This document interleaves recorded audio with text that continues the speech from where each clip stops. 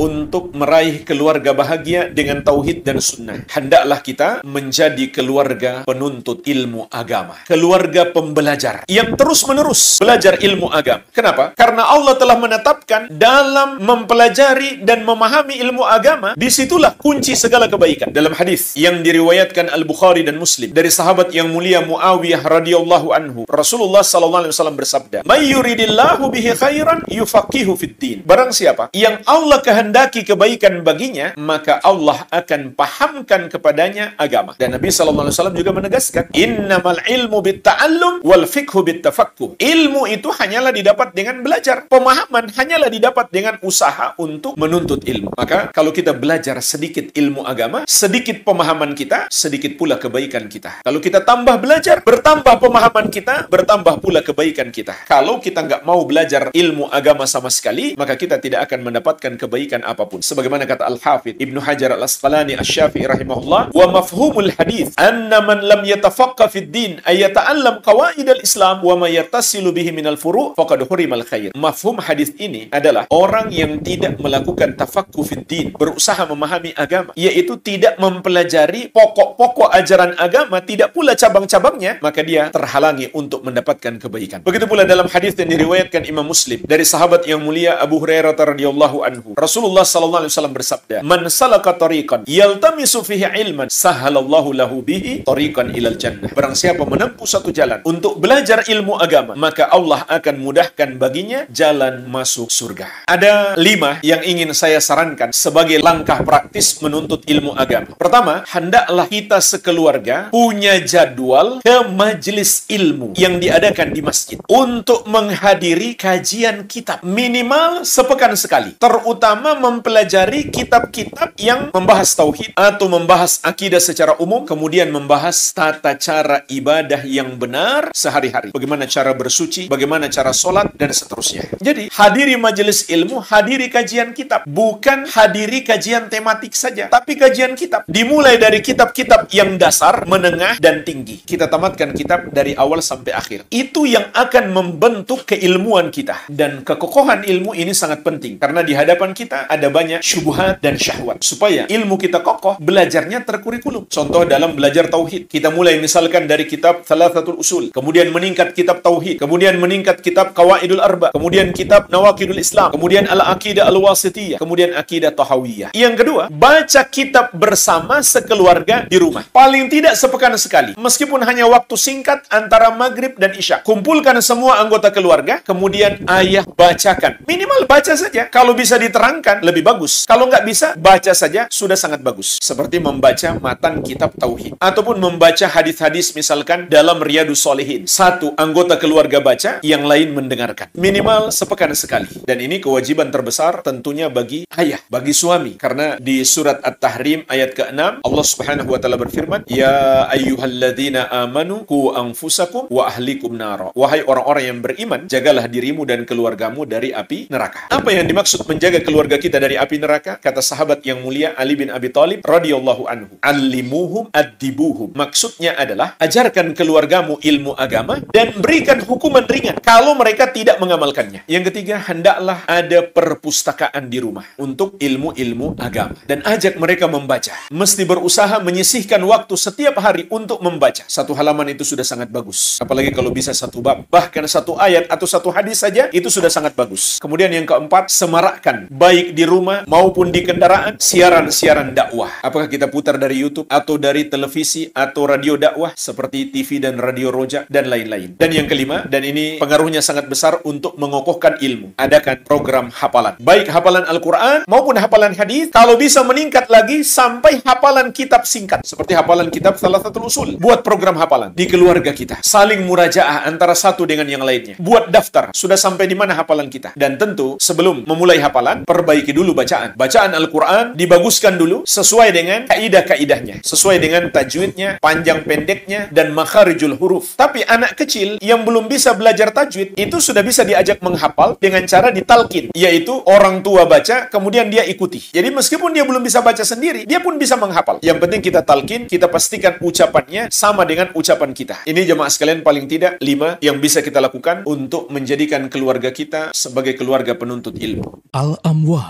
menemani ibadahmu juga hijrahmu.